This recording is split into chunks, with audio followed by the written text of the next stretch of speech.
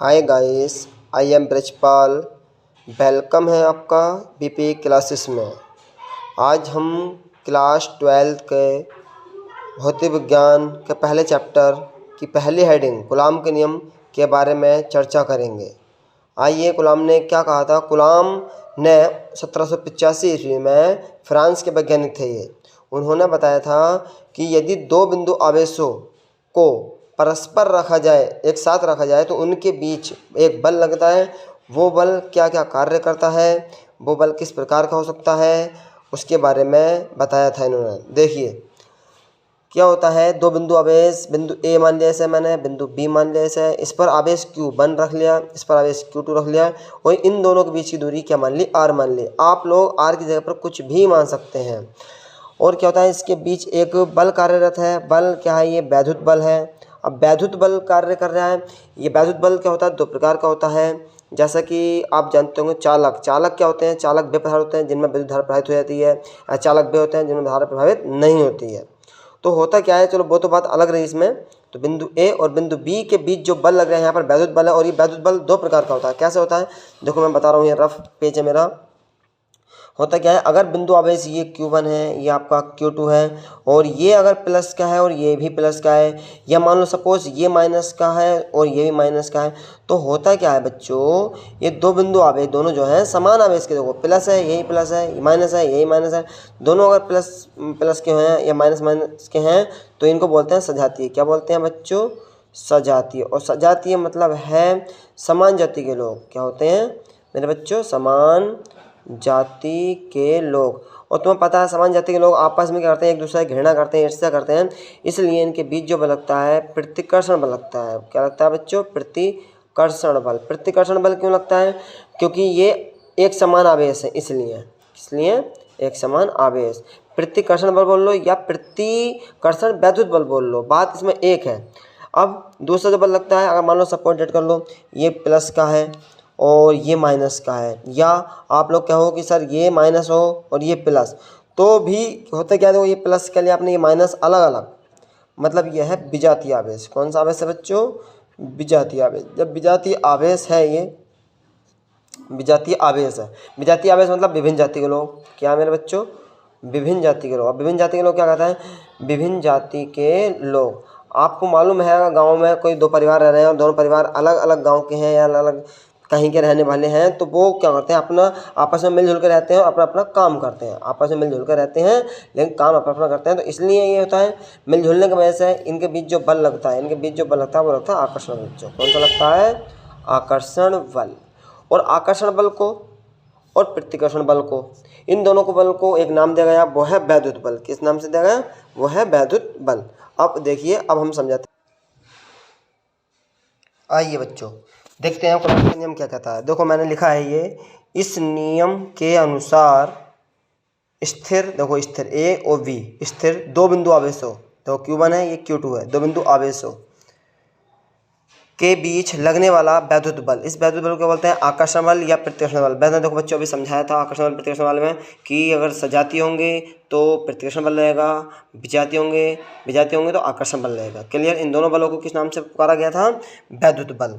दोनों आवेशों की मात्राओं के, देखो ये रॉन्ग हो गया थोड़ा सा, दोनों आवेशों की मात्राओं के गुणनफलों के अनुक्रमानुपाती तथा उनके बीच की दूरी के वर्ग के व्युत्क्रमानुपाती होता है।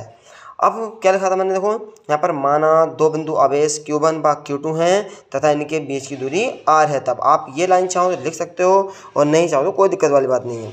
क्या लिखा था मैंने, देखो अब यहाँ ये जो पोर्शन आया था, तो कैसा आया था, ये डेफिनेशन सा हुआ है। क्या लिखा है मैंने, देखो थोड़ा ध्यान दो। यहाँ पर लिखा था कि इस नियम के अनुसार स्थिर दो बिंदु आवेशों के बीच लगने वाला वैद्युत बल, यानी वैद्युत बल, ये उनके दोनों आवेशों की मात्राओं, उनके दोनों आवेशों की मात्राओं के गुणनफलों, देखो ये Q1 है ये Q2 है, का गुणनफलों, देखो ये गुणा का चिन्ह है, ठीक है, के गुणनफलों के अनुक्रमानुपाती, ये चिन्ह अनुक्रमानुपाती का चिन्ह होता है। तथा उनके बीच की दूरी, देखो बीच की दूरी क्या है, R मानी है हम लोगों ने। जब R मानी है यहाँ पर, तो उनके बीच की दूरी के वर्ग मतलब घात 2 के व्युत्क्रम, मतलब ये उल्टा है, व्युत्क्रमानुपाती होता है।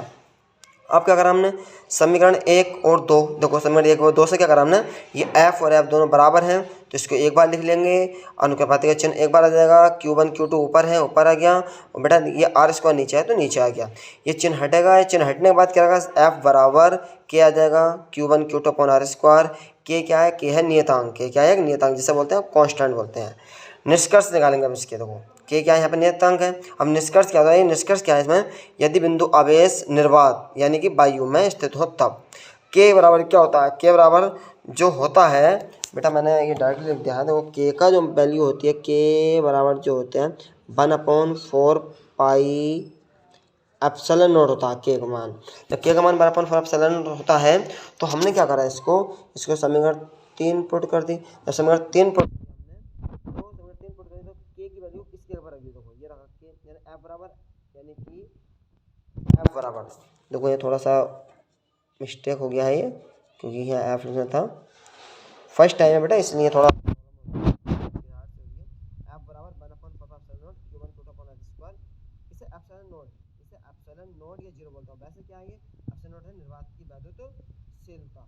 बेटा मैं तुम लोगों को रोजाना पर डे एक टॉपिक का सॉल्यूशन दूंगा, अभी हाल फिलहाल में स्टार्ट किया है तो इसलिए थोड़ा दिक्कत हो रही है, तो आप इस बात से चिंतित रहिए, सब अच्छा हो जाएगा एकदम। और तुम्हारी फिजिक्स यानी भौतिक विज्ञान का मैं इतना अच्छे से कंडक्ट कराऊंगा, बहुत। बेटा कहाँ तक पढ़ा था हम लोगों ने यहाँ पर निष्कर्ष, यदि बिंदु आवेश निर्वात में स्थित हो तब के बराबर 1/4 एप्सिलॉन नॉट, यानी कि समीकरण 3 में ये वैल्यू रखी के की जगह 1/4 epsilon not Q1 Q2 upon r² और एप्सिलॉन नॉट को क्या बोलते हैं, निर्वात की वैद्युतशीलता। देखो इसके आगे क्या होता है, निष्कर्ष नंबर 2 क्या है इसका, यदि बिंदु आवेश किसी कुचालक माध्यम क्या होता है जिसमें विद्युत नहीं होती है, यानी प्रभावितांक भी बोलते हैं, प्रभावितांक माध्यम जैसे मोम, कांच, अभ्रक, इनमें विद्युत नहीं होते। क्यों बेटा, क्योंकि इनमें कोई मुक्त इलेक्ट्रॉन नहीं होता है, आदि में स्थित हो तब।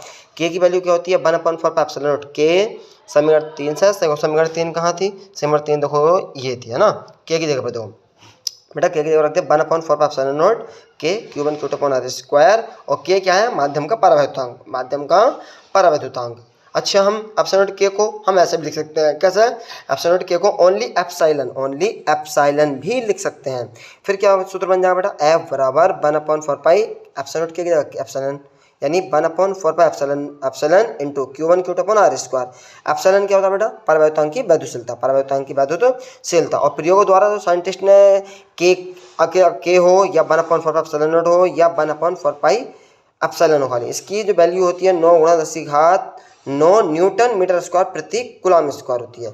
ये बेटा निश्चित वैल्यू है और ये प्रयोग द्वारा सिद्ध की थी कूलम ने। तो आज के लिए बेटा इतना ही है, एक बार दोबारा देख लो, क्योंकि आप स्किप करके इस टॉपिक को पूरे को रिवाइंड करने के बाद और इसको उतार लेना, अपने नोट बनाना था, पर डे तुम्हें एक टॉपिक मिलता जाएगा। बेटा ये मैंने स्टार्ट किया अपना क्योंकि मुझे टाइम ना होने के कारण, चलो मैं सोचता था कि बच्चे परेशान हो रहा है, ऑनलाइन ही पढ़ाऊँ। तो ठीक है, बाय बाय, टाटा, सी यू, मिलते हैं नेक्स्ट वीडियो में।